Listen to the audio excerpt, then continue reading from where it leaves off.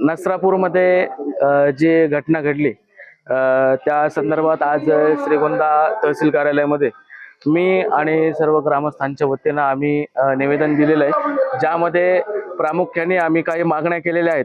त्यामध्ये हे जे प्रकरण आहे या प्रकरणाचा जलद गतीने तपास करून हे प्रकरण फास्ट ट्रॅक न्यायालयामध्ये चालवावं। संबंधित आरोपीला अटक झालेली आहे, तरी पण अद्याप त्याच्यावर काय पुढील कारवाई झालेली नाहीये। अशा आरोपींना, अशा नराधमांना शासकीय भाकऱ्या घालण्यापेक्षा त्यांना जागेवर मृत्यूदंड ठोठावून त्यांना फाशीची शिक्षा देणं फार गरजेचं आहे। त्याशिवाय समाजामध्ये आता सुधारणा होणं शक्य नाही। तसंच पीडित मुलीच्या कुटुंबाला योग्य ती आर्थिक मदत व सुरक्षा प्रदान करण्यात यावी। भविष्यामध्ये अशा घटना टाळण्यासाठी सरकारने ज्या काही उपाययोजना करायच्या आहेत त्या उपाययोजना कराव्यात। नसरापूरच नसेल, पूर्ण महाराष्ट्रामध्ये अशा अनेक काही ठिकाणी घटना घडतायत। हे किती दिवस सहन करायचं? आमच्या सुद्धा बहिणी आहेत, आमच्या सुद्धा लेकी आहेत, आम्हाला घराच्या बाहेर त्यांना पाठवायला आम्हाला भीती वाटते। हे आता बंद झालं पाहिजे। याच्यावर सरकारने ठोस निर्णय घेणं गरजेचं आहे।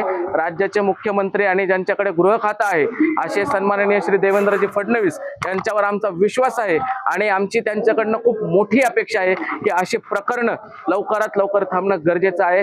अन्यथा महाराष्ट्र आता हे सहन करणार नाही। आम्ही श्रीगोंदा ग्रामस्थांच्या वतीने आज तहसीलदारांना पत्र दिलेलं आहे आणि याचा लवकरात लवकर नसरापूरमध्ये जी घटना घडली त्या नराधमाला लवकरात लवकर फाशी व्हावी ही आमची इच्छा आहे। ती सरकारने लवकरात लवकर पूर्ण करावी आणि येत्या काळामध्ये अशा घटना जर पुन्हा घडत असतील तर त्या आरोपींना भर चौकामध्ये गोळ्या घालण्याची सुद्धा सरकारने आता उपाययोजना केली पाहिजे, एवढी आमची मागणी आहे।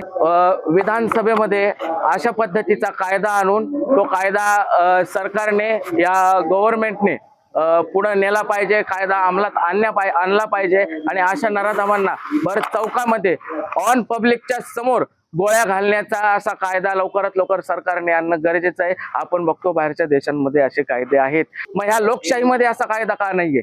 आमची ही मागणी आहे। असे कायदे आता निर्माण झाले पाहिजेत, त्याशिवाय अशा सायकिक नराधमांना आळा बसणार नाही, त्याशिवाय अशा घटना थांबणार नाहीत। सरकारची कुठेतरी गृह खात्याची भीती कुठेतरी अशा नराधमांना भीती वाटली पाहिजे, ही आमची मागणी आहे। आणि ही मागणी लवकरात लवकर देवेंद्रजी फडणवीस जे मुख्यमंत्री आहेत त्यांच्याकडे गृह खाते देखील आहे, त्यांच्यासाठी हे सहज शक्य आहे। त्यांनी हे करावं आणि ते करतीलही अशी आमची त्यांच्याकडून अपेक्षा आहे। धन्यवाद।